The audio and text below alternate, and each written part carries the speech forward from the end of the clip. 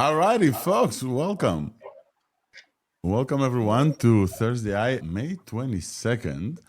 And what a week. What a week. The storm came, y'all. So welcome everyone who's listening, who's tuning in. My name is Alex Volkov. I'm the AI evangelist with weights and biases. I'm the host of ThursdAI. With me here, we have a few co-hosts as well. Let's say hi to the usuals and then the folks who are standing in. Yam Peleg, welcome Yam. Hey, how are you doing? I'm doing very well. I already know what I want to talk to you about, and it's called so many things, but specifically diffusion. Nistan Tahira, Nistan, welcome. How are you? What's up, everyone? It's going to be a good day. It's going to be a good day. It's going to be good. Today, it's like AI Christmas. Nistan is coming to us all the way from Canada. And we have a returning friend of ours, a returning co-host as well, Ryan Carson from... What's up, Ryan? Good to see y'all. Nice. I missed y'all. I've been listening, but it's good to be back on the show for a minute. So welcome. It's great to have you here to help us cover this absolutely insane week. I want to just start the show saying welcome to everybody who tunes in. We already have a bunch of folks on the Twitter space because nobody could have caught up with everything that happened this week. This week was absolutely insane. I had to do a lot of digging to give the TLDR. It's not going to be as standard as previous. I also went to Google. I was there in the thick of it trying to catch up with everything. So this is why we're here, to collectively know, to learn, and to stay up to date so you don't have to. So this week has not even finished to be crazy, and it's only Thursday. And I will just say that our week ends on Thursday. We end the show. We're going to post everything. And OpenAI decided, as always, as we predicted, to open up stuff on Friday and basically drop an announcement just before Google I.O. Then they dropped an announcement as we expected just after Google I.O. First of all, ThursdAI, we stay up to date so you don't have to every week. It turns into a newsletter and a podcast. If you miss any part of the show, you'd be able to grab it. Just go to ThursdAI.news. Second of all, we start the show with a TLDR. Many people love the TLDR. Honestly, many people, that's their podcast. They listen to the TL like 10, 15 minutes, and then they're like, all right, I'm up to date. I know everything. They just want to know that they haven't missed anything. That's also fine. If you listen to the TLDR and you're like, oh, I didn't know this, feel free to stick around and watch with us and have us discuss. This week, as I said, the show is going to be special because we're going to tune into breaking news as they happen in an hour. Here's everything we're going to talk about, including some breaking news on ThursdAI on May 22nd.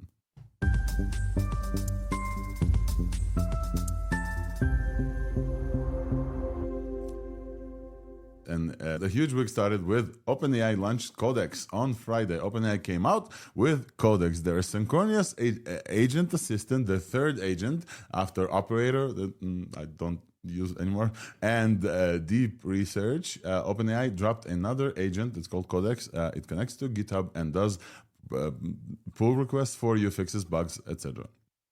OpenAI dropped this just a few days before Google I.O., just enough for folks in the weekend to play with. And not only was this dropped from OpenAI on Friday, on Monday afterwards, Microsoft had their huge conference called Build.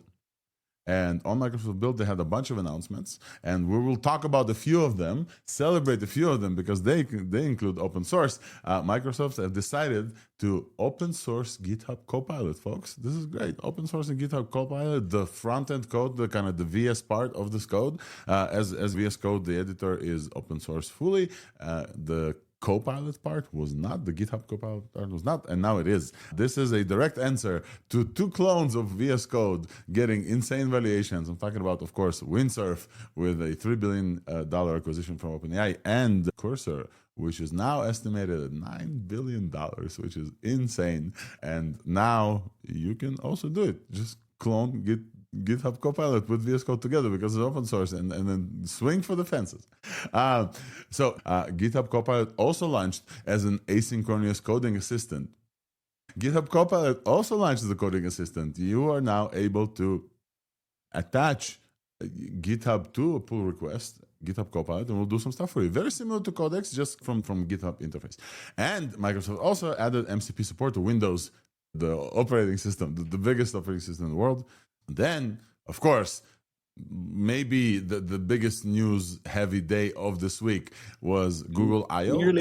Nearly the biggest. Nearly the biggest. Yeah. Nearly the biggest, yeah. We'll see if today tops it. We'll see if yesterday topped it. But Google I.O. was definitely the densest news day of this week.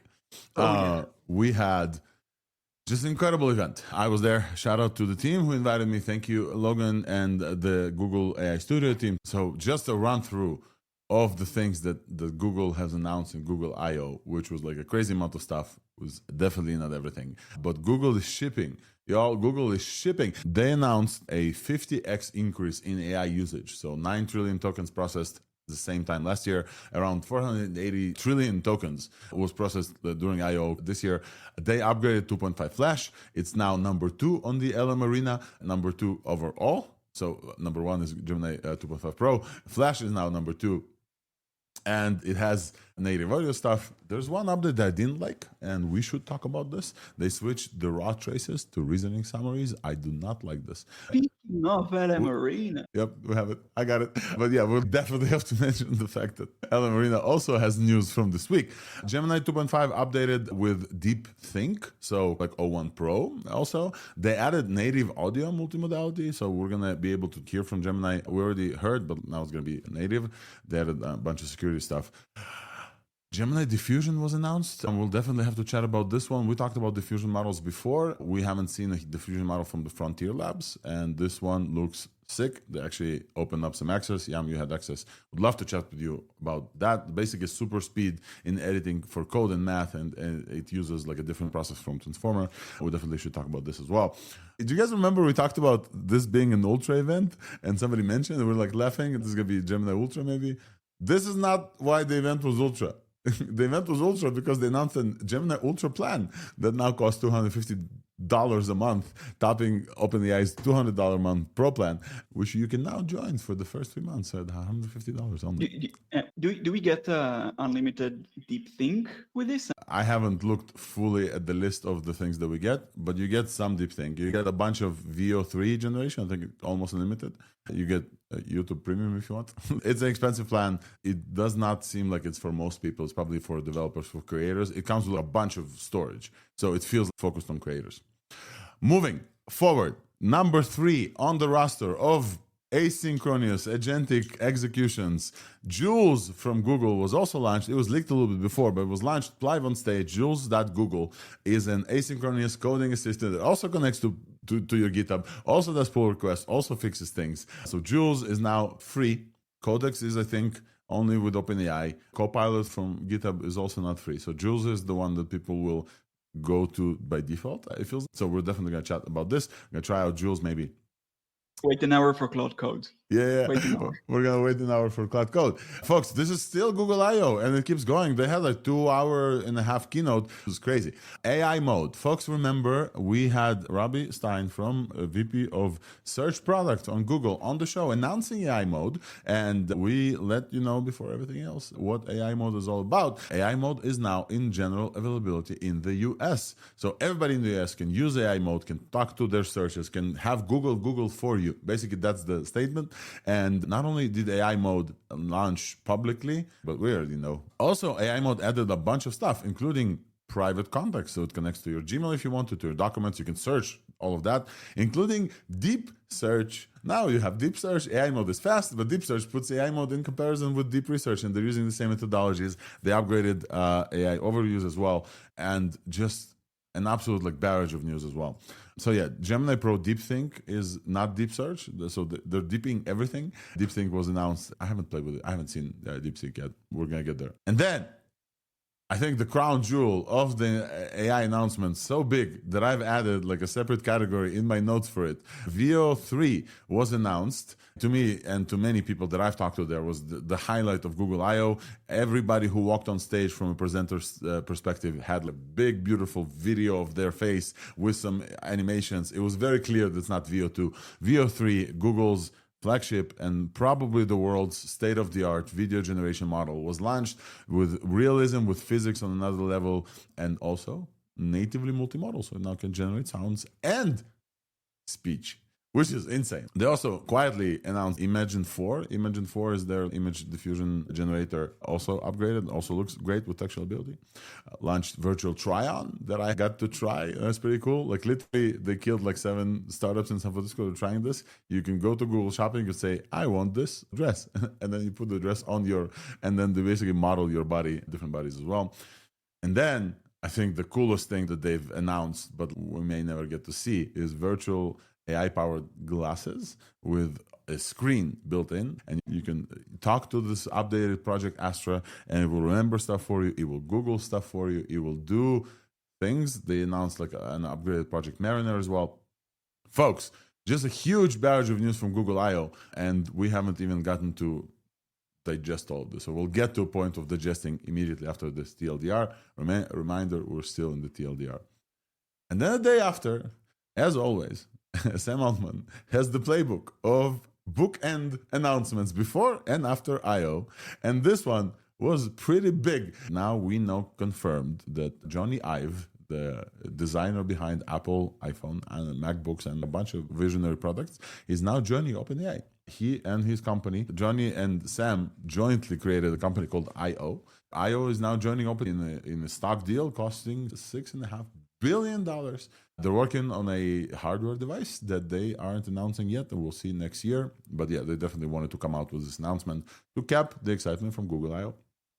Speaking of raises and insane raises, Yam, you mentioned this. Ella Marina, the place where we talk about vibes and comparisons between models, has raised $100 million seed round from Andreessen Horowitz. $100 million seed. That's not a seed.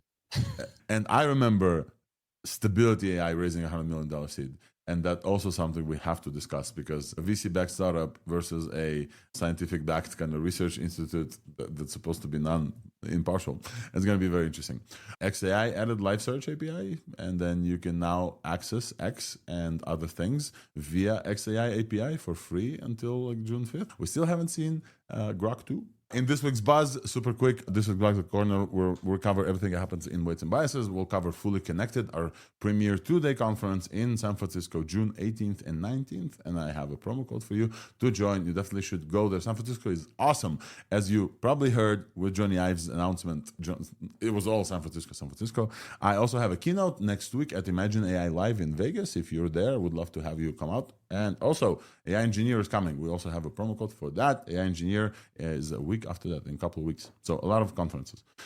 I think that's mostly it. Vision Video is Veo3. Voice and Audio is Veo3. Art and Diffusion is Imagen 4. I think everything else is basically it. To cap this week off, we got news that Anthropic is going to have Anthropic's the first developer day today. Yours truly was not invited. A shout out to Anthropic folks. Please invite me for the next one. I would love to be there. I was already in San Francisco. I could have stayed. But Anthropic is going to launch something in 40 minutes, and we're going to tune into the stream and have a live watch party with you. And we know what they're going to launch because Time Magazine broke embargo, and Claude 4 is apparently ASL 3. So we can report, and somebody else is reporting. It's not us, but also I didn't get embargo, so that's all right. Now, folks, have I missed anything huge from this week? I think I covered all the huge stuff, but if I did, I would love to know. In open source, I did miss something. Google also launched Gemma 3N. We got Gemma and we got Mistral. Yeah, we got a new Mistral. Open source model. Yep. Mistral and All Hands collaborated on the release of DevStral, 24 billion parameters, state-of-the-art open model for code, top of SWE bench verified for open models. Nistan, you said this on X. This is like AI Christmas, like the 12th day of Christmas that we got from OpenAI. I think it's time to actually start talking about any of these things. We have like 40 minutes to cover all of this. No stress. One small thing was cursor print. Absolutely. Cursor came out with a new updated tap model. They also said... Also, V0 dropped a model. It's AI Christmas, guys. All right, folks. So what do we start with? Let's start with like small-ish potatoes. We'll do a little bit of open source because open source is like not taking the main seat this week at all. It was dropped. It's dope. The cool thing about Gemma 3N, mobile first multimodal Metformer, is a shortcut for Matryoshka Transformer. Which is a super cool thing where, I would love to get into this because they're hiding a model inside another model somehow. Oh yeah, the idea here is that these guys are cooking. This is a small, tiny model. The score is just unprecedented. The idea in short is that you can use half of the model, but not depth-wise half, not this type of half, throughout the entire layers, the entire embedding, and basically use a smaller model and have a smaller footprint in terms of memory and requirements, and then run it on mobile and so on. And it's the first time we see a large-scale training of any model with it. It's been anticipated for long. It's been used on embedding models. It's the first time we see it on language generation models. And Gemma N is just incredible. Look at the scores in comparison to other models, like orders of magnitude larger. It flies on mobile devices. Shout out to the Gemma team. There's going to be AI Studio preview for this. Mistral, moving on. Mistral and all hands released DevStral, a 24 billion parameter model. We've been waiting for Mistral to release open source since like the couple of last releases. This one's crazy. I am looking at the SWE bench stuff. It beats O3 Mini. That's a very hard benchmark. I think that's OpenAI's own benchmark. It beats O3 Mini. Yep. It beats Claude 3.5 Sonnet, which a lot of people still use with Cursor. This is, I think, the first like proper vibe coder that you can run on a 3090, and I'm downloading it right now on a 3090. So this is a big deal for all the preppers and autonomy people and coders who don't freedom want to share fighters. their code. I think if we could get Cursor to route to local models easily, I just think this would be I know you can, but it's hard. I wish it would do it dynamically, quickly. Yeah, we're going to make a video on that. So that's a whole video. By the way, really quickly, for the Gemma model, that has been done before, is you just train a small model with a bunch of layers, and then you just grow a whole other model on top of that. And now you have two models. So it's not like super crazy. But they also released MedGemma 4B, which is trained for medical stuff, and MedGemma 27B. And I'll have a very long Hugging Face blog post on all of those because I tested it with a whole bunch of doctors that just show up on Twitter. But it wasn't as good as Qwen 3 4B. So even though it was trained for that small model, that's something else there. So blog post coming on that one.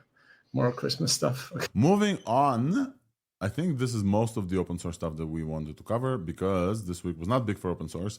It was big for multiple other reasons. I want to chat about IO, folks. Let's talk about IO. I think IO is the biggest thing. Let's do a top of the IO releases for each one here. Ryan, what was your top IO release? The thing that blew you? Stitch. Stitch is super cool, y'all. So I used it really hard this morning just to see like how good is the UI. It's good. And then what's amazing is it spits out vanilla HTML using Tailwind. This is going to transform, I think, the industry for everybody who wants to ship their first app. It's just, it's really good. It's like design. Yeah, so Google announced Stitch, which is their acquisition of Galileo.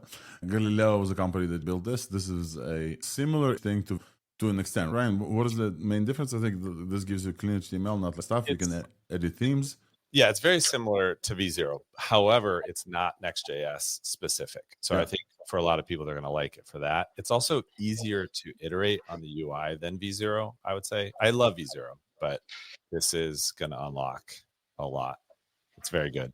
Very interesting. They have a standard mode with Gemini 2.5 Flash and then experimental mode with Gemini 2.5 Pro. And that one allows you to upload images as well. So we're going to absolutely do this right now. So yeah, okay, this was yours. Yam, what was your highlight of Google I/O releases? I want to say Gemini 2.5, but I'm not sure that's Google I/O or not. So definitely Diffusion. I want to say Diffusion was, from what I saw, you getting very excited about. Like you drove 10 minutes in your car discussing Diffusion. Tell us about what Diffusion. Tell us about the announcement. Like what did they do?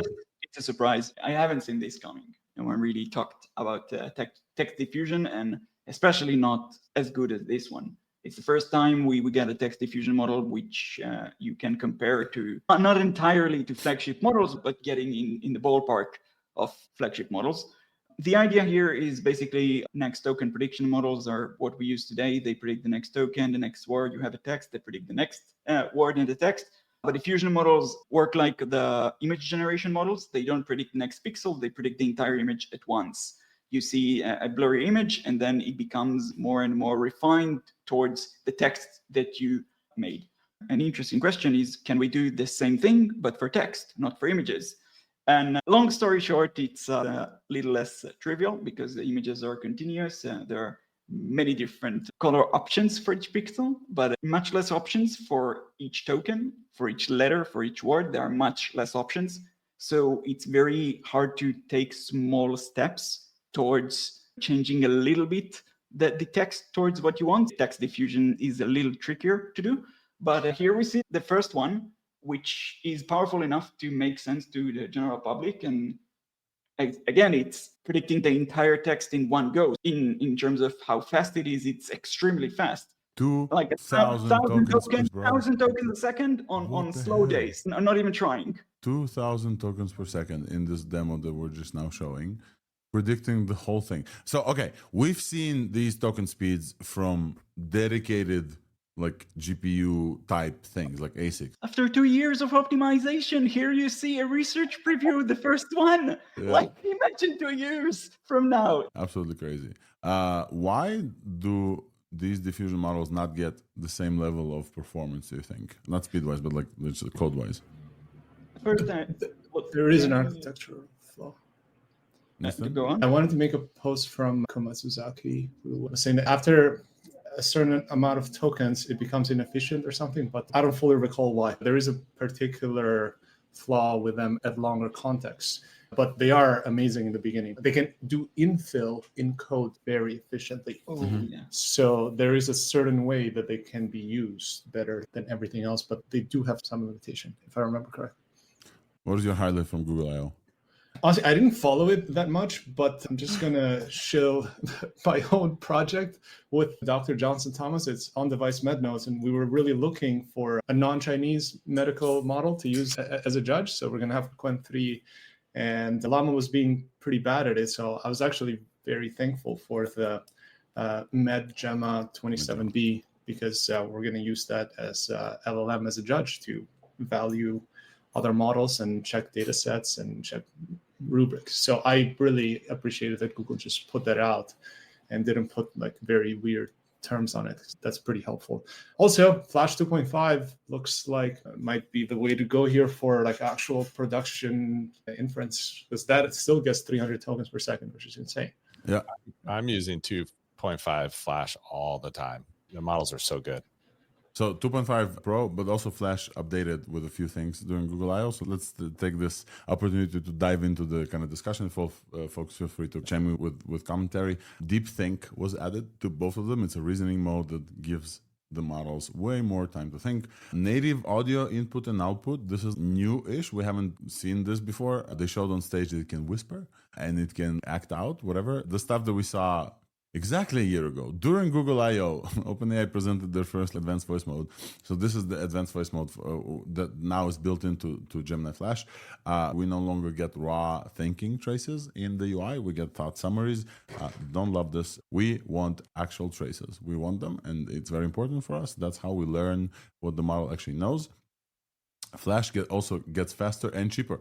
1 million contacts as well. Like nothing new here, but like with real-time TTS, 24 languages support, and 2 voices as well. That's also something cool. Like you guys know that Notebook LM, for example, has 2 voices. Native input audio and output audio will now have 2 voices as well. Effective dialogue preview in Live API, so you can preview this in the Live API as well. They've added Project Mariner, computer use actions via Gemini API and Vertex API. For partners, not for everybody. Project Mariner is their kind of browser agent. You guys remember maybe last year they announced this. It started as a Chrome extension that controls your Chrome browser. And it looked like Google folks took Project Mariner and started baking this into other solutions by putting the same Mariner in the cloud somewhere in Chrome. And they opened up an API for this. So basically now Google is offering via an API for these models the ability to just use the web, not browse the web, use the web, click things, open up things. And this ability they baked into multiple things, including the Project Astra thing that they've announced, including AI mode that we're going to chat about as well. This ability opened up. Do you know what it looks like to me? Remember the older folks of us maybe remember Web 1.0 switched to Web 2.0 with JavaScript rendering, etc. And Google didn't know what's going on the website because all websites are generated with JavaScript, right? And you definitely remember. And then Google kind of like rolled out an update that started like rendering the JavaScript in websites and seeing what's happening there. This feels like that for AI. This feels like they're now using agentic AI that can click things, open up things, and get into a website to actually give you more information. So this is Project Mariner, and it transcended the Chrome extension and is now like an actual tool. So now Gemini will be able to use this as well. We talked about thought summaries. They added thinking budgets. If you guys remember, this was only a Flash thing. Now a Pro also has this thinking budget. You can decide what the ceiling of the thinking tokens the model will use, and they extended their a little bit more. Security bump and MCP tool support. MCP tool support is coming to the SDK in Gemini, so everybody's supporting MCP, which is great. So this was the model update part.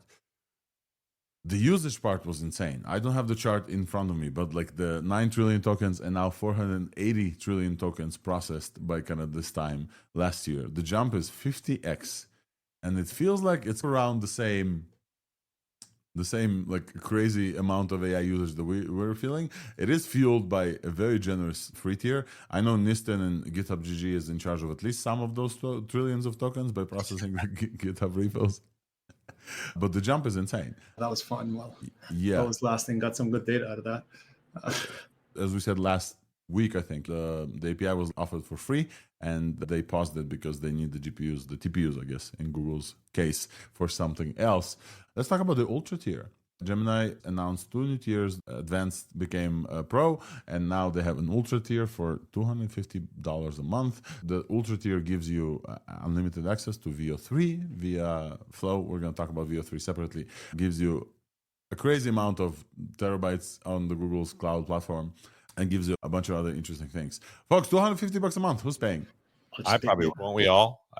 I don't know. I'm already paying $200 for OpenAI. I'm gonna. Who's expensing it? That's the question. It's like, who's expensing this? Look, I'm gonna try it. I wanna try the deep think ones, and it's not exactly more reasoning tokens. It's in parallel. We don't know yet. Oh, like on Pro, yeah, they're doing like a bunch of like optimizations there, probably like in parallel, and then like finding the best one. Google AI Ultra gives you Deep Think in Pro. It gives you Veo3. They give you Flow with Veo3, Whisk with higher limits. I don't know if folks are using Whisk. Notebook LM, higher limits. And then also Project Mariner and YouTube Premium and 30 terabytes of storage, which is the regular one gives you 2 terabytes of storage. So 30 terabytes of storage. I thought you said Project Mariner is only for select partners. Google no, it looks AI like they Ultra. included. Okay. I think if they add on unlimited joules use to this, then everyone who's using Codex will also pay for this, because right now I'm on the $200 OpenAI plan because of Codex. If joules ends up being really good, then $250 basically for a developer for a month. All right, Ryan, we're playing a little bit of a choose your own adventure style updates here. So you mentioned joules. Let's go to joules. Google also announced that in addition to multiple things that now use Gemini 2.5 Pro, Gemini 2.5 Flash, and they shouted Replit, they shouted out Windsurf and Cursor, and like everybody, they just put them on stage. And then they're like, and also joules. And people are like, what, WTF, man? What's joules? Everybody started clapping. Ryan, what's joules? So joules is an agentic AI developer, right? So you can think of it as this is Google's version of Codex or Cursor's version of their agent in the cloud. It looks pretty good. It uses 2.5 Pro. I believe you get a lot of test time compute on it. I can't use it yet. I'm on the wait list, so I'm dying to try it. We'll see. You're on the wait list? I thought they already released this. I will now sign up while we're here. So joules connects to your GitHub repo. This is like literally the only way to use this. You cannot prompt it for code. Any of these agents, you cannot just prompt for code. They all work via your repository, via connecting to your GitHub. No love for GitLab, it looks like. And then you connect to GitHub, which I already did. I'm signing in now. Yeah, you say, all right, Joules, you have access to my GitHub, which I already did, and they ask me again. And then you basically select a repository and you ask it to do stuff. I have here a bunch of repositories, and then you just select one. Let's say this one. And then you're like, write a README. So very similar to things. Now, the difference here, Yam, we should probably talk about this because we will definitely discuss coding agents and tools. We now have 3, maybe 4 categories of these tools, right? There's the IDE-based ones. So we're talking about Windsurf, Cursor, maybe Rucode and Klein. Like those folks are built into VS Code, mostly VS Code, maybe JetBrains as well with Windsurf. They are changing code in front of me together with me. Ryan, you mentioned Cursor before. Cursor did update with the background agent execution as well, which kind of like blurs the lines. So I'm going to ignore this for a sec. So there's one category. There's another category of the lovable and bold.new and like all of the vibe coding things. And looks like we just had one from Google as well that joined us. Yeah. There is Firebase Builder as well. So those are basically create a UI for me, open UI from weights and biases. Those are for less coders, build the thing for me, and then there's some code, and then you have to do something with it, maybe deploy. And now we have this, the third category is CLI-based tools. So that's Claude Code, and there's a few others. And now there's this fourth category of AI agents that just do stuff in my repo. If you guys remember Devin from a year ago, Devin is like the one that announced this category and did this for a long time. Basically, somebody that works with you on your GitHub repositories, not vibe coding at all. So you can vibe code with Windsurf, Lovable, and Bold.new definitely vibe coding adjacent. These type of coding agents are work related. They go there to fix bugs, to create things. You can do similar things with them, but so folks should definitely give Jules a try. Well, we talk about this last category of the things like Jules, like Codex, like Copilot, Agent, like Devin, like multiple others. That seems to be like a friend, like a colleague that you just add on the ticket, and maybe the ticket that you don't want to do, maybe add tests. The benefit of those, it started with Codex on Friday, and now we have Jules and we have Devin if you want to pay for this. The benefit of those is they're async. You don't have to sit there. Claude Code, you pretty much have to sit there. Cursor, until yesterday, you had to watch it and accept changes and everything. This one works via pull request. It's like handing off a chunk of your task. And I saw something from OpenAI, Ryan, I'll get to you after this. I saw something from OpenAI. They talked about lending MCP support in the responses API, the new responses API. But that's not a real metric.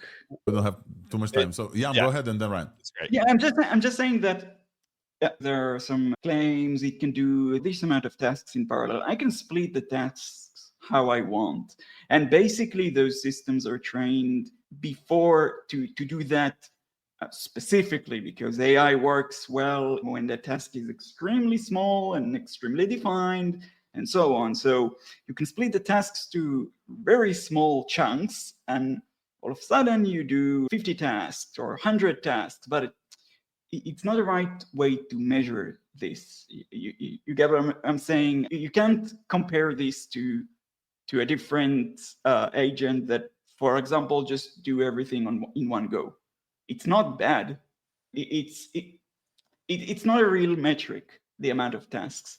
So I'll say, but real world usage, right? So before I was pair programming inside of Cursor, right? And you can only do that one-on-one synchronously, right? And now at night, I fire off 10 things that I just haven't gotten to yet. And I wake up to PRs, review them real quick, and merge. And it truly is changing my workflow. It's going to write a test, and then I'm going to create a PR and review it. I think it's going to be transformational. Look, it already is with all the Cursor rules and all the crazy setups that people are doing. So this is just, I guess, democratizing that a little bit more. But you still do need to know what you're doing. And honestly, I don't really like how Gemini models code, but I'm just very opinionated on that. So I did see a comparison between Codex and Codex. We should mention Codex came full circle because Codex was first announced as OpenAI's coding model back when models were not doing everything together before they grew to like an insane amount, like 2 years ago, maybe more, maybe 3 years ago. Yeah, 3. Codex was before ThursdAI. We've been doing ThursdAI for 2 years. So Codex was like OpenAI's coding model before GPT 3.5 and merging and instruction following, etc. Then Codex became obsolete. Then Codex became a CLI tool that's very similar to Claude Code. And now with this Friday, Codex has 2 new things. Codex is the agent that runs in the cloud. Codex 1 or something like this is also a model that they trained specifically for those use cases. Nistan, maybe you're right. I don't know what Jules uses. I don't know if it's like fine-tuned or not, but definitely Codex now uses a specific model for this. And from the comparison that I've seen, I only seen one, and I got access to both of them. Didn't yet get access to GitHub Copilot, I think. It's an O3 mini trained for code, which is very interesting. Yeah. I really 4.1. I love that model. It's a good model. It's good Now model. we're going to get the best model. That's We have around 7 minutes until Anthropic's live view. I want to keep talking about Google I/O releases because there's a bunch there. And after Anthropic, I don't care how long they go. I will cut short because I do want at least like 10 minutes on Veo. I just want to geek out on Veo because Veo to me is world changing. So I really hope Anthropic is condensed and there's not an hour long keynote because we don't have an hour long to wait for Claude 4. Yes, ta-da. By the way, folks, a request for everybody who's listening in and tuning in, if they release like a link to a blog post while this like live show is going on, please send me this as well. So we're just gonna cover it from the blog post. We don't have to watch, but we'll tune in. We'll do a watch party. I think it's dope. Like we usually have fun with those. AI mode. Folks, let's talk about AI mode. I love AI mode. I interviewed Robbie again, so I think that I'll add the interview on YouTube and I'll add this to the show notes because I just don't have time to play my 20 minutes with Robbie. But AI mode, the Google's kind of response to perplexities of the world and basically ChatGPTs of the world, AI mode sits in a separate tab on google.com and now it's GA available. That's the launch that what's happened on stage. And so we talked about AI mode. I can refer you to the previous episodes. We interviewed Robbie Stein again, the VP that is in charge of this in Google. It was now announced live on stage. Not only that, they added like a bunch of stuff. So a few things that they've added to AI mode is deep search. AI mode, unlike deep research that we can use again from Google, from OpenAI, from Quen has deep research, even Anthropic has deep research capabilities. Deep research goes deep. It researches like 300 links sometimes and gives you like a long ass response that you can just go through and sit there for 10 minutes and read. AI mode can't afford to be this long. AI mode is quick, slower maybe than the regular Google search, but not that slow. And it goes and browses like maybe 10 or 50 links sometimes and gives you like a summary answer. I have fully switched to AI mode since chat with Robbie. I don't know if you guys had the chance to try this, but now sometimes I need to decide if I'm going to like deep research and I want like full, super verbose, like everything, or I want like a quick answer, but also summary. So they added both. From some point in the future, AI mode will let you say, hey, I want a deeper answer, and we'll kind of like flow into the deep research mode. I think it's going to be fascinating to see how AI SEO really works. Like every business in the world wants to know now, okay, how does this work? Because it's going to change your entire business. So. I keep asking Robbie this question every time I chat with him, and he keeps saying that nothing major changes. But yeah, many folks are really wondering what SEO looks like in this world of agentic, like agent decides basically what links to click and what information to take from it. So yeah, we're definitely going to be following up and seeing what folks are coming up with. The very interesting thing with SEO is that let's say you're doing very good SEO. You're just opening up a Google search in incognito mode and you see where you land, which page. Here, depending on the comma in the question, AI mode can bring you like 10 different sources. So very interesting where they're going to take this. Also interesting that Google's main cash cow is, I think, still search. And this is a direct potentially threat to this. We'll see. AI mode is very interesting. They also added a personal context mode. Personal context, they're going to add this to Gemini as well. We didn't cover this. Gemini will know about my Gmail and the searches, and an AI mode will also take into account, if I want to, toggleable on and off, my search history and my Gmail and calendar and Drive things. So this is also something that's going to be helpful to some people. Search based on what it knows about me from a Gmail account. Proactive. Mm-hmm. Jumping from nowhere on notification and so on. Something that OpenAI tried to do for many different iterations, many different kinds of products, and still not doing it yet. Interesting to see. Yeah, proactivity is also something. I don't know if it's related to AI mode specifically, but I think so. Google will send you a notification knowing that something is coming, like a calendar event, kids recital, and do some stuff for you. They added Project Mariner execution capabilities into AI mode. AI mode will now go, let's say you're looking for tickets. We'll click into the event. We'll see your dates and see availability of tickets and give you like a dip link to buy those tickets. It won't buy them for you. But this is, Ryan, the jump from Web 2 to Web 3. It looks like we're jumping to the agentic web, where it's not only a website, it's also my search agent actually does something for me on those things, which I think is huge. It's absolutely huge. Yeah. Yeah. So what do you think, folks? 9:30 is in a minute. It looks like we're starting. I'm just going to turn on the music, and then we're going to just talk about the fact that Anthropic. Oh, I need to cancel picture-in-picture so that you guys be able to see this. You seem so blasé about Claude 4. This is a big deal. I don't know about Cloud 4 yet. They haven't announced it yet. Million different places already. Yeah, Dude, that's true.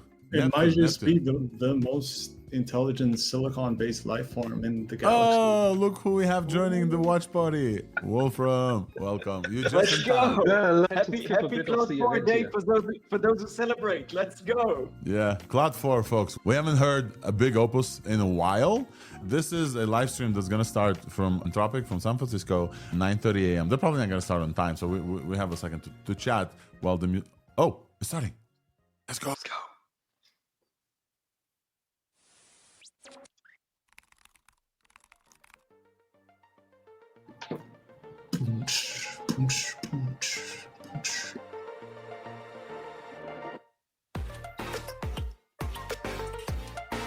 Good morning, everyone, and welcome to Code with Claude, Anthropic's first developer conference. Please welcome our CEO and co-founder, Dario Let's Amodei. go. Let's go, Dario. Let's go. Hey everyone, I'll be really brief with this appearance. All right, 20 minutes. I'm not one to hype things up, so I'll just say this without any further fanfare. I'm happy to announce that as of exactly this moment, we're releasing Claude 4 Opus and Claude 4 Sonnet. Let's on go. all of our relevant products and Let's services. go. Let's go. Woo! Cloud 4. Let's go. Exciting.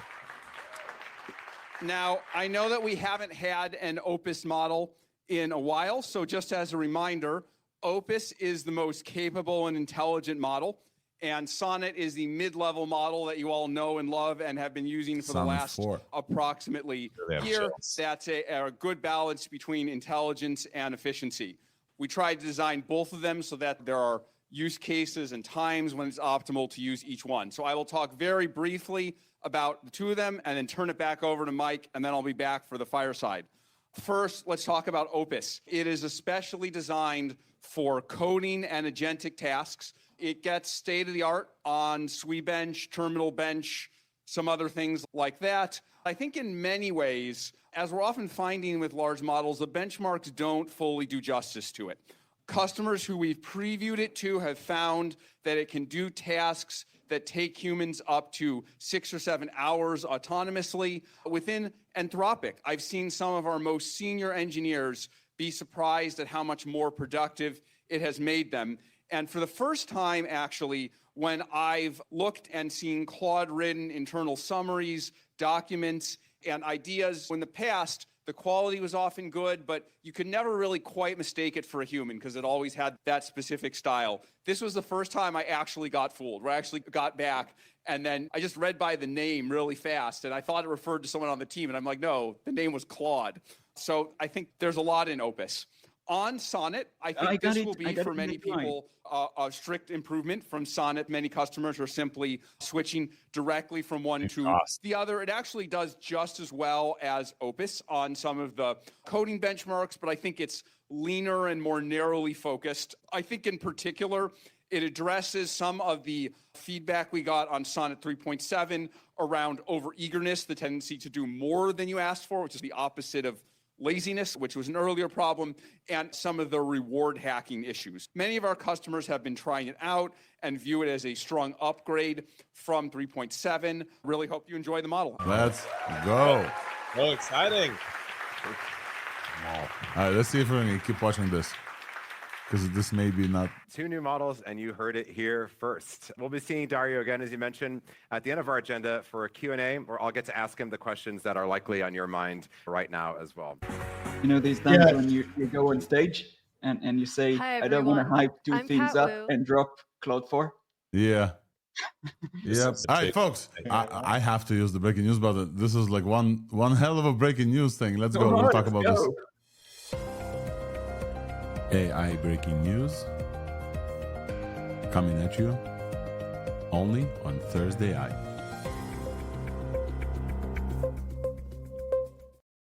All right.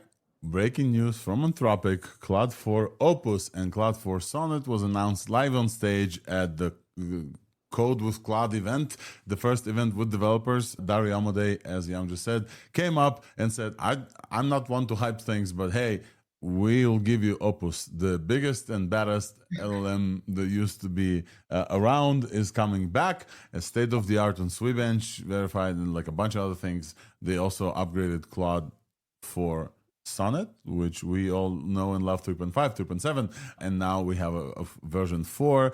They are already available in the API platforms and on Claude.ai. So folks have been already testing with them as well. They also made Claude Code generally available, the CLI tool that's no longer a CLI tool. It's now integrated with VS Code and shows you diffs and different things. They also upgraded prompt caching to a crazy 1 hour TTL. So like your prompts are going to be for longer complex and agents, like 70% cheaper the longer the agent runs. They talk about multiple things besides evals, specifically about hours of operation compared to previous ones. And they talk about 3.7 Sonnet, maybe doing 40 minutes of autonomous, and Claude 4 Opus goes for hours at some points.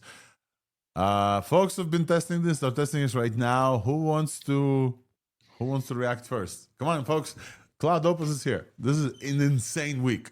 Dude, I just ran out of credits in 5 prompts right now. I dumped the code base in 1. It found a whole bunch of stuff on state management, which actually took me a while with all the models that I'm working on the app. It just found all of those. It knew perfectly what was up and what was the issue. And that's something like I have to tell Gemini and other ones. And then I tried my standard Mars thing. Not only did it calculate it all correctly, it built like an orbital simulator where I could stretch the the railgun launch from Mars, and you could see if it actually does achieve orbit, and then the calculator is going to just come back down. Yeah, this is looking good. Opus, at least, that's what I tested. Opus. I went into the workbench and did my prompt to create a website that does this and this and this. I have a prompt that I run, and then I didn't notice, and I did it on Claude Sonnet. I was like, oh no, let me switch to Opus. Opus gave me a significantly better answer. It gave me like CSS animations in there. It explained everything. It smells like a big model already. And I will say it's going to take us a while for the vibes to come out and for folks to check out. I'm waiting. Oh, you need to update it, right? So they talked about memory or context, like being shared. Yep. How do we think this works? I think they said the cookbook. So it looks like it's code wise and not like you just build this memory because of the prompt sharing and long context. Got it. Okay. Yeah, doesn't seem like a model. Could also be done with MCP where there are memory MCPs.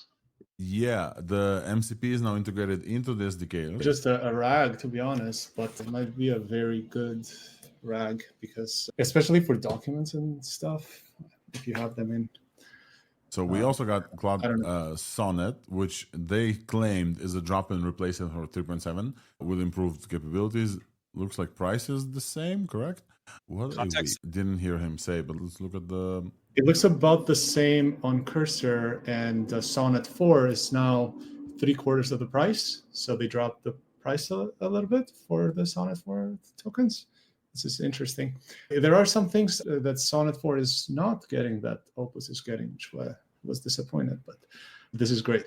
I'm glad it's also fast, that their infrastructure is handling.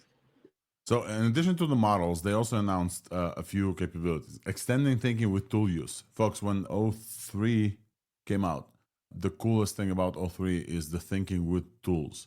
And I think Anthropic is also there already. Like when you use O3, you can ask it to do some stuff. It will use the reasoning and use tools in the reasoning before it gives you the final answer. That is big because it's essentially agentic thinking. So they now, for example, have tools like web search, which will go research before it gives you an answer, which I think is super cool. I wonder what other tools, whether MCP plugs in here or not, that would be dope, like thinking tool use. Model capabilities have now used tools in parallel, follow instructions more precisely, and when given access to local files, demonstrate significantly improved memory capabilities. So Ryan, when given access to local files by developers, demonstrate significantly improved memory capabilities. Extracting and saving key facts to maintain continuity and build tacit knowledge over time. This is something that he said on stage, not Dario, was there as a guy, Kevin? Mike Krieger. That agents should be better the more you use them and not vice versa. Like the longer you are in the same cursor thread, the dumber it is. And the suggestion was like, hey, open a new one. But they're saying we need, like, the longer you use this, the better it gets Yeah, so it's almost like a built-in RAG. I'm just really curious, like, what is it actually, or does it happen out of the box? That is powerful and exciting. Cloud Code is GA after receiving extensive feedback from Yam. Yam loves Cloud Code. Everybody's sleeping on this, according to Yam. Now supports background tasks via GitHub Actions. Yam, this is like the four categories that I like outlined of like editor and then CLI tools and then action tools. This is now amalgamation of all those like things. If you have a shell model, you can do whatever you want because shell is your entire computer. You can run the IDE like they're doing right now, working in VS Code and in PyCharm and in whatever you want. It doesn't matter. You can connect whatever you want to this. This is what I'm trying to tell you guys. A shell agent can control your entire computer. And what they did is first created a base, extremely powerful one, and now they're connecting it to your IDE, to your browser, to anything, because at the base of it, it can control the entire computer. That's what I'm trying to say. It's an extremely powerful agent, and now they are connecting it to everywhere, pretty much. Yam, can you dive in a little bit? What is your daily driver setup? I'm curious. I'm using Cloud Code a lot. I find it extremely powerful. The reason for this is because, let's say, for example, Codex is also a really good agent. But the thing is that Cloud Code can also, just by typing to it, you can tell it to run the code, to test the code, to, for example, even open a browser and look at design. Because it can control the entire computer, it can just do whatever you want.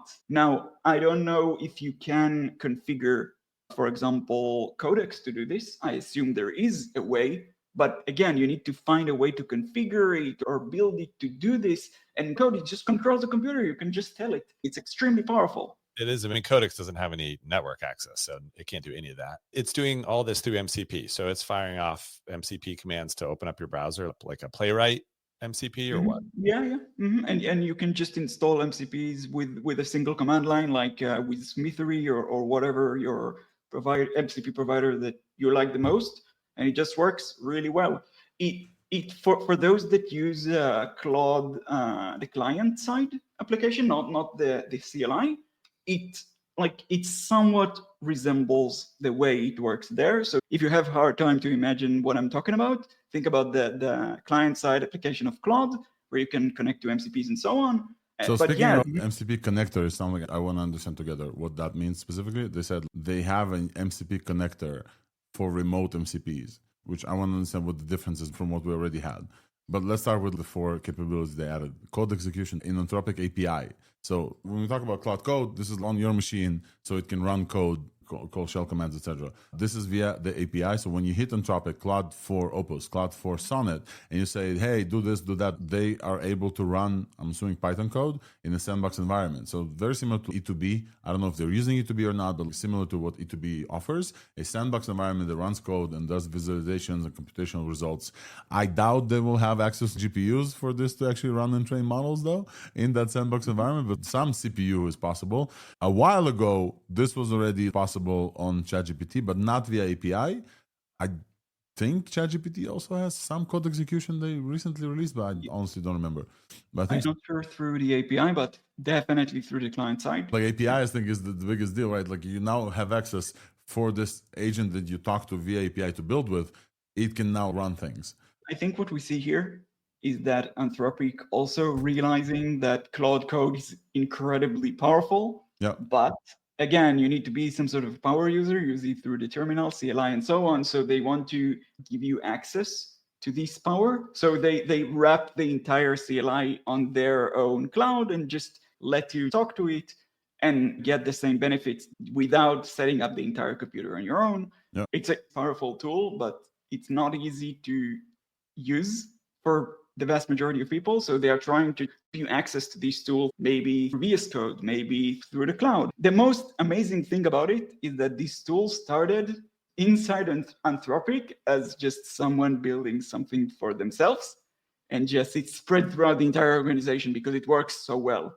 And through the world, in the case of MCP, because they said the dream list of everybody who adopts MCP is there. MCP connector in the Anthropic API enables developers to connect Claude to any remote MCP server without writing client code. Previously, connecting MCP required building out your client harness to handle MCP connections. Now, Anthropic API handles all connection management, tool discovery, error handling automatically. Simply add a remote MCP server URL to your API request. Let's say you're building an agent, you want to use Claude, Opus, whatever, for this agent. You want to give this agent tools. MCP is the protocol that provides those tools. MCP has clients and servers. You essentially need to build a client and then to provide the servers, i.e. what they're saying is you don't have to. It's built into the API. All you need with the API request to say, hey, Opus, I want you to use GitHub MCP to do this thing. And they will just take care of everything behind the scenes, significantly reducing the need for custom code. You just add the MCP server URL and probably some authentication. And then it connects, retrieves tools, reasons about what tools to call, execute tools calls agentically until sufficient result is achieved, manages authentication and client handling, probably gives you zero observability into this. So we need to reach out to Anthropic for observability because this essentially diffuses even more what you can do. There's a good question in the comments actually from Alex asking what the knowledge cutoff is. I would say knowledge cutoff is...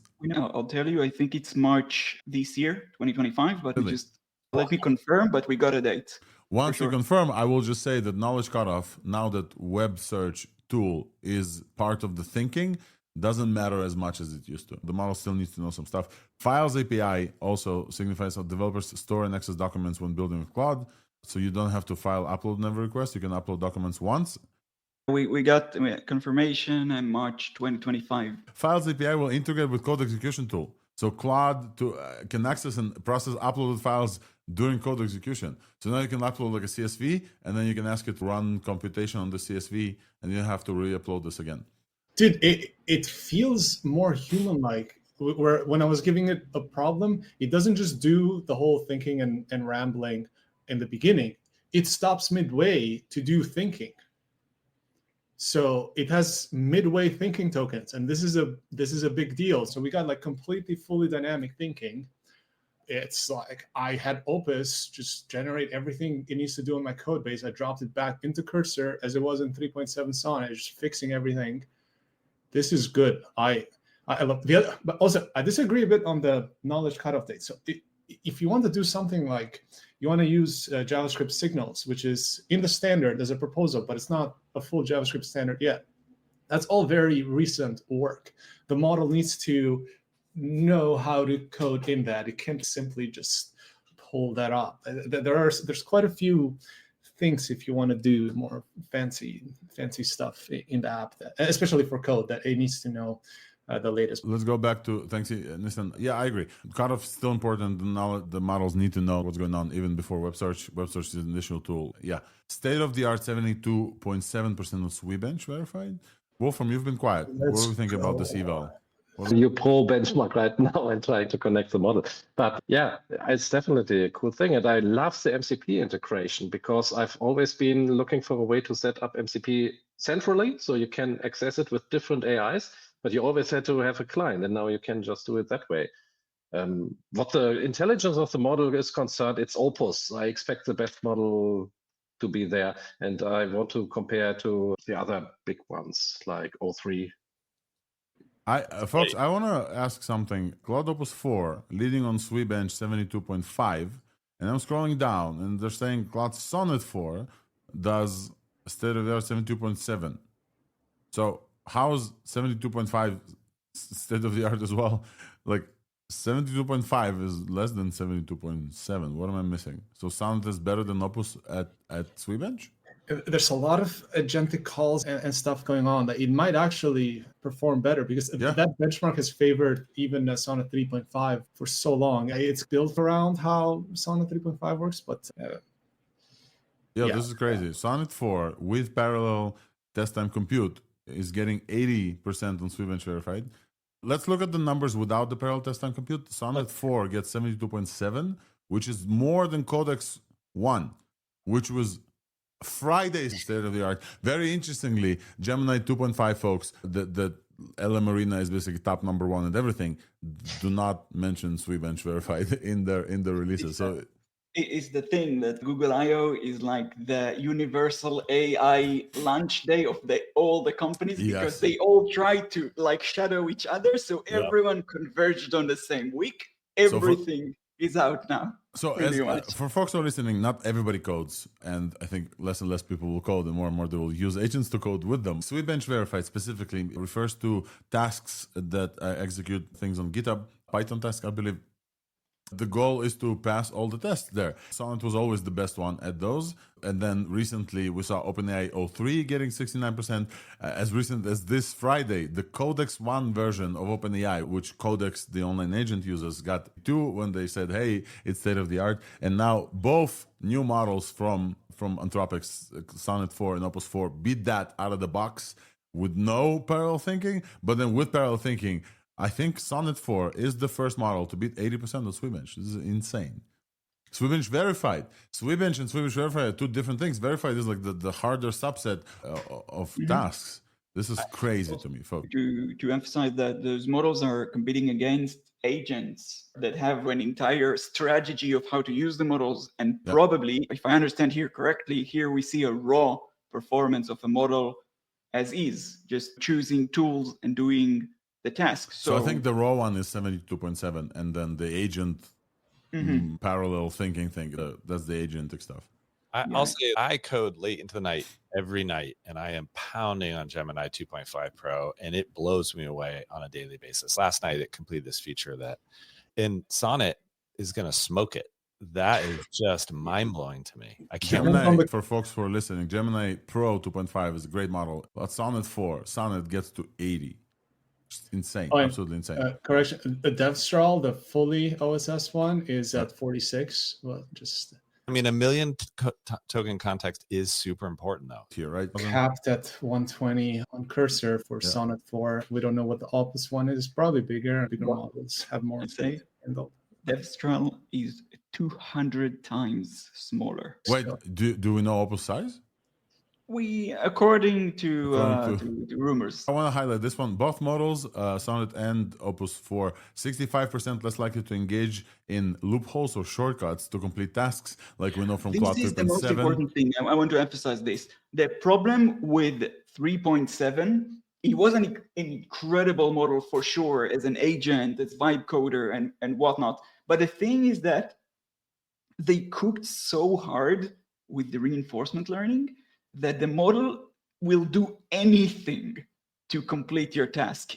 You ask a model for a code to pass a test, it will just hard code your code to exactly the thing that passed the test and delete everything else, just because it really tries to do exactly what you're saying. And that was one of the most major problems with 3.7, and you can see it all over Twitter. People are speaking about 3.7 not following instructions like 3. This. It is trying too hard to take your words literally, like solve the task literally. There is a common sense that is missing, and them addressing that is extremely, extremely a positive thing. If just 3.7 without this type of problems is already huge. Add on top of that all the other things we see, this model is going to be, I didn't get to test it yet.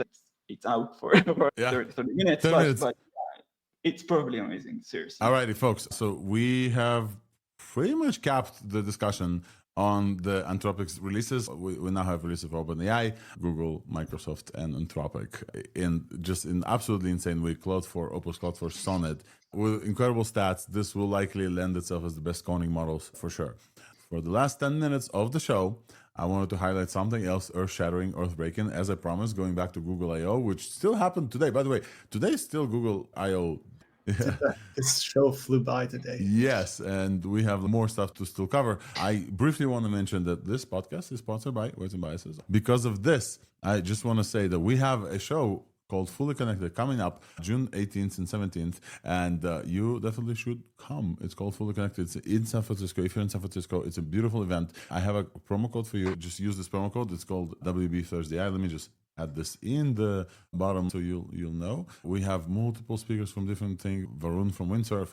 We have Joe Spicer from Meta. We have a bunch of folks. You should definitely join if you're in San Francisco. If not, why not join? Why not make a trip out? Go see Golden Gate. The Golden Gate that they talk about with the Golden Gate Claude, it's very close to our office. Our office is great, but you're not going to visit our office. You're going to visit a beautiful venue. Please come and join Fully Connected for 100% off the ticket. Only for ThursdAI listeners. Use promo code WB ThursdAI without the D. Can I give props to Weave real quick? Please do. And again, I'm not being paid by Alex to say any of this, but I'm using Weave to do all my evals in my app. And y'all, it's even easier now with AI to get Weave set up. You just tell Cursor, listen, I want to do evals with Weave, and boom. And it's just so good, y'all. It's good. Specific, thank you, Ryan, so much. We also talking about MCP servers you don't have to set up in Cloud 4, etc. Weave MCP support is there. We launched the Weave MCP. You can connect to your dashboards and ask questions, and it's super cool. I'm going to present this on stage next week as well. Weights and biases, issue related, Alex issue related things. I'm talking at Imagine AI Live in Vegas next week. It's going to be dope. So the show is going to be live streamed from there. And the week afterwards, AI Engineer World's Fair in San Francisco. The show is going to be also live streamed from there. I'm really hoping for less news from the next week, so we'll be able to actually cover and have some breath and maybe bring some guests. Hopefully, Yam, are you joining AI Engineer? Is that confirmed yet? Or I'll be there. We'll do the show from the AI Engineer floor in a couple of weeks, and next week is going to be live from Imagine. This has been the Weights and Biases Corner, and now for the last 5 minutes of the show, I just want to show a video of Veo2 and basically just go through it for 5 minutes. Folks, one of the biggest announcements that I saw on Google I.O., and I think when I asked multiple folks there, including creators, they got a bunch of creators in there. What was your biggest impactful announcement from Google I.O.? Many folks pointed the finger at Veo3. Veo3 is Google's latest incredible video generation model. And I think for this, I will have to showcase one video to talk about this. They launched Veo3. They also launched Imagine 4, which is the image generation model. Worked in tandem because sometimes you would like to generate an image and then animate this. Veo3 supports image to video as well. And I think the huge thing is that Veo3 supports sounds. It's natively multimodal and it's smart. An example of smartness is you can ask it for a comedian in a stand-up telling jokes. Do the video, it also generates the jokes. Yes. Like, crazy. Yeah, I honestly don't get what happens there. Is this still a video model, like a autoregressive transformer video model? I don't know. I'm just saying that like you're predicting over time text, you can predict over time frames of a video and audio and text. Like it's the same concept, but obviously there is a little bit more to that. But in general, it is the same concept of predicting over time a thing, a text, an image, a video over time.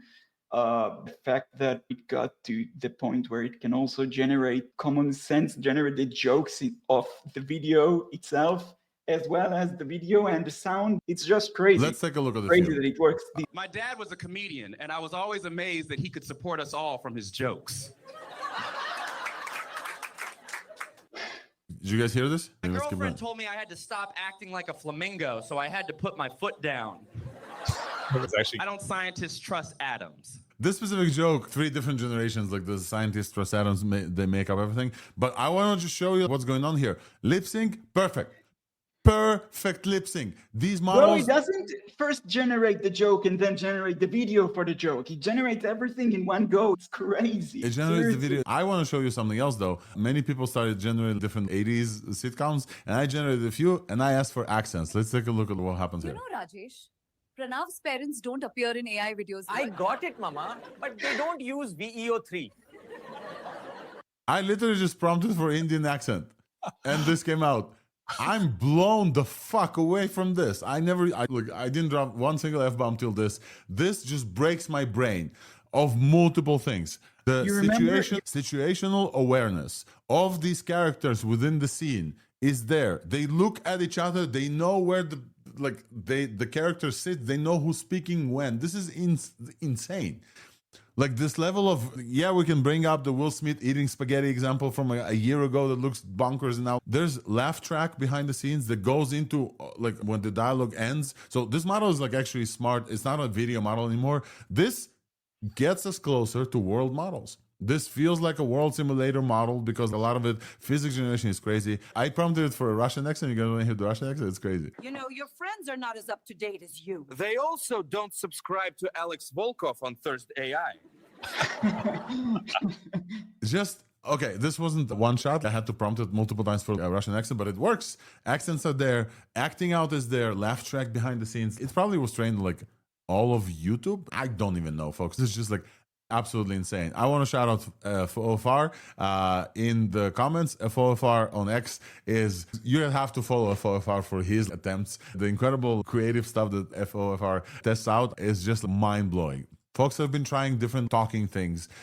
I think it adds so much. This blows the uncanny valley level for me. Like, this blows through the uncanny valley. Some of these I will 100% will fool people that build with AI video models. What do we think, folks? I will end the show in like 5 minutes of just like a compilation of the best ones. It's crazy, seriously. Like the internet, it's just crazy. Remember when Google just started to warm up with Bard and so on, and we got this leaked quote. I think it was, I'm not sure, but I think it was maybe Sergey Brin or something. It doesn't. We got a quote from someone at the top of Google saying that we are going to do it, even if we need to train the model on every bit of the internet. Yeah. And I think this is what we see here. What was this even trained on? There are shows inside of it. There are talk shows. There are things from the 90s. There are comedians. It's just crazy. Look at the width of this. It just works.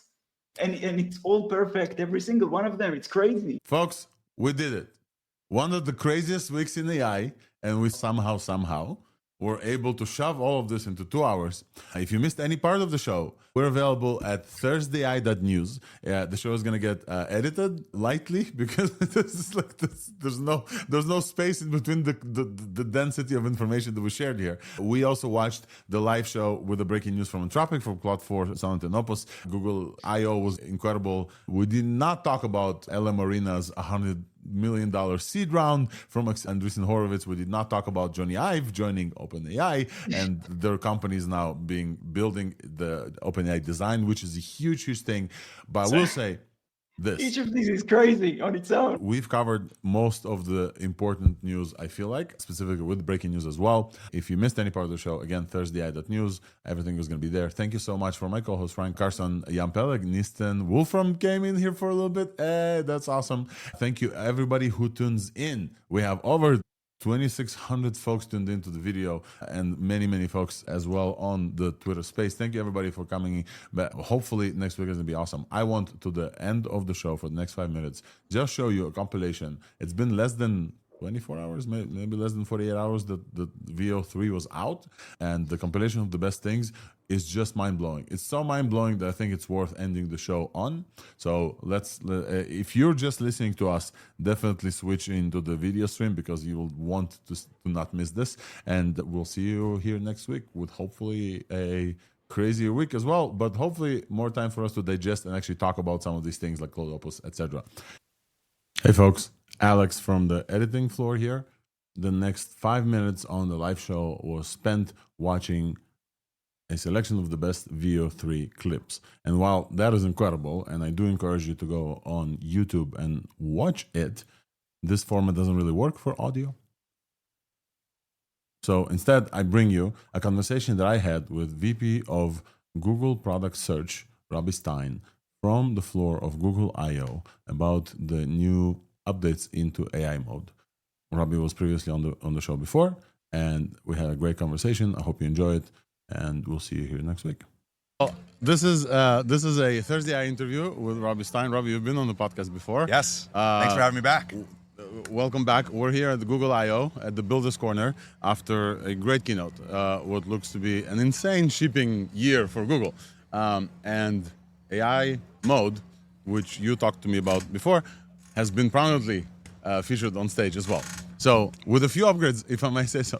But first of all, for folks who may have not heard our press interview, maybe could you introduce yourself and maybe cover a few words about AI mode? Yeah, for sure. So I'm Robbie Stein. I work on Google search products across our AI ranking and experiences. And here to talk a little bit about what we announced today, particularly AI mode and AI overviews, which are two of the experiences that now over 1.5 billion people monthly are using, particularly with AI overviews. But one of the biggest announcements today was around AI mode and the fact that this is a new experience that we announced in labs originally in the US.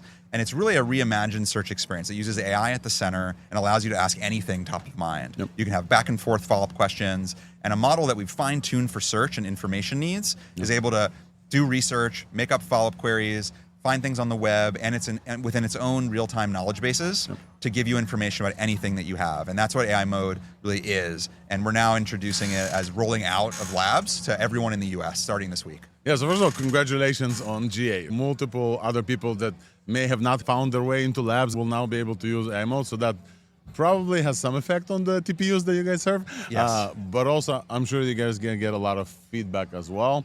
What has been some of the feedback from the early testers, such as myself and some other folks that you guys implemented into this rollout? Yeah, I think the main pieces of feedback are, one, people were, I think, very pleasantly surprised at how the information was able to kind of aggregate information across Google's real-time systems. So for example, if you ask a question about products, it can pull shopping information from the shopping graph. Or if you're asking about restaurants, it can pull local data. There's 250 million places. And you can just simply click on that location that shows up and bring in all of that context that people expect from Google search, but right within an AI experience, which is really, really unique. I think we're also seeing people ask longer and harder questions. So it's like 2 to 3x the query length as traditional search. So people are really starting to ask questions with all of the nuances and specifics that they really need in order to get this more powerful experience. And that's been another big learning. I'd say that the third one is that I think we're seeing people also follow up. And for many of these journeys, they're having lots of back and forths with Google search. So really what this represents is a whole new way to use Google search. And I think that's what people are feeling who are starting to test it. 100%. You guys also upgraded kind of the counterpart, the AI overviews with the new model as well. Yes. Gemini 2.5 Pro, I think it was set on stage for both of them. That's right. Which is incredible because it just understands me better. Could you talk about the deep search and that whole approach? Deep research was originally inside Gemini, but now I have to figure out ahead of time if I'm going for fast and quick or if I'm going for deep and researched. But you guys introduced some more stuff around this. Could you talk about that? Yeah, so we introduced deep search, which takes advantage of the deep research capabilities that was introduced in Gemini. It allows the model to think longer and do more thorough work. So the insight around search and AI mode is that the models are able to do research, generate these fan-out queries. So for one question, it may create dozens of Google queries, and then it can take context from all of Google's real-time information systems, shopping, finance, sports, weather, et cetera, and the web in order to generate these responses. That's the core model. Now what happens is that model can go for longer and do a deeper, more thorough job. So it can be much more thorough. And instead of a fairly short response, it can produce a very lengthy one with different types of things like charts, links to dive deeper in each section, and it can really create a comprehensive expert level report. And so when it's not really a big, I think it's a pretty obvious decision when to use them because the report is like a multi-minute task and it's going to be a fairly long read when you're finished with it. So it's probably for things that, very big purchase decisions, very big research tasks, school projects, things that you really want to have absolute comprehension around versus everyday needs. One other thing you guys announced is Project Mariner. Could you talk about Project Mariner insertion into search? So Project Mariner was introduced last year. It's a way for models to interact with websites through browsers. And it can fill out forms, take actions on your behalf while keeping you in control ultimately. And we've implemented some of the underlying infrastructure there to search because we believe search is about getting things done many of the times. It's not just about getting information. You actually want to book a reservation or get a haircut or get tickets to a game. And so for those kinds of use cases, we will now be able to have these agentic actions where the example we showed today was someone trying to get tickets to a baseball game. And the Mariner technology will ping multiple times a particular website provider. It will go through and analyze what's available. In the future, it might do things like check different availability times on a calendar for, let's say, your barber to find the open availabilities. It'll then render all of that in a response so that it has everything you have that's one tap away from purchasing and hopefully saves you hours of time. So it brings more agentic capabilities. In a sense, let Google do the Googling for you. Yes. And so AI mode generally is the Google doing Googling for you, the agentic search. And now there's a little bit more of like agentic action as well. Question on the technical side, if you don't mind. Sure. Project Mariner like came up as a Chrome extension, as far as I'm understanding, to just drive the browser for me. But now I don't have to install anything, right? Like AI mode will just handle that. Are you guys running this in the cloud? Like what's going on there? Yeah, it's basically like a virtual way of doing it. But it's effectively, you can think of it as the effective similarity of a browser taking browser actions. So like if you under the hood, you would see web requests, browser opening, scanning the website, clicking on a click event, similar kinds of actions that you would expect from the original implementation, but that's all now done under the hood so that it doesn't actually need to use a browser per se that's open. And it has all the context that I have. How does like authentication work or payment? Yeah, authentication, payment are things that we're still looking at. I see. Like right now, it brings in all that information back as a summary. And then when you tap complete, it brings you back to that experience with a deep link so that you can purchase it yourself. We think that's good for you to stay in control of your purchases, but it's also just a very helpful way to get started with this kind of a project. So it's almost as an extension to kind of the search that you have, the search information that you have. Now you can like actually go and browse in there and give me even more information. That's right. Oh, that's very interesting. Speaking of context, an additional thing that I heard on stage was context that's personal to me. Could you speak about that, please? Yeah. So personal context is a new idea we're building out where search can know more about you to be more helpful. So we believe the best version of search is one that knows you better so that it can help you do things that are more a matter of taste, preferences, and interests. So for example, you're looking at a restaurant, you have certain fashion needs, you're trying to buy shoes, you're doing a trip, you're planning activities to do with your family. They're all based on, you know, who you are and your background. So what's really nice is if you're, let's say, using search and you frequently search sushi restaurants, you may, if you ask for a date night idea, get a sushi restaurant recommended more based on you and your behavior. And that's good because it ultimately allows it to be more helpful and personal to you. The other thing that we're adding as an additional opt-in is connecting your Google Gmail account. And if you do that, there's an opportunity to enhance personalization even further. Because in Gmail, there's obviously even more context around bookings and confirmations and purchases and open table reservations, all of that stuff. And so knowing that, you're able to then be extra helpful for people. And this is all something that you can opt in, you can opt out of. You're in full control of this experience. But we think people are going to be really excited to get the additional help with these kinds of questions. I'm looking forward to not having to repeat every search query the dates that I'm going somewhere. Like if it's going to pull up the United reservations, let's say, and use that's going to be very helpful to me. General personalization, I think, is a big deal, and it looks like not only in AI mode, generally on stage, there was a lot of announcements into personalization, including the very important ability to toggle it off. Because I know some people do not like.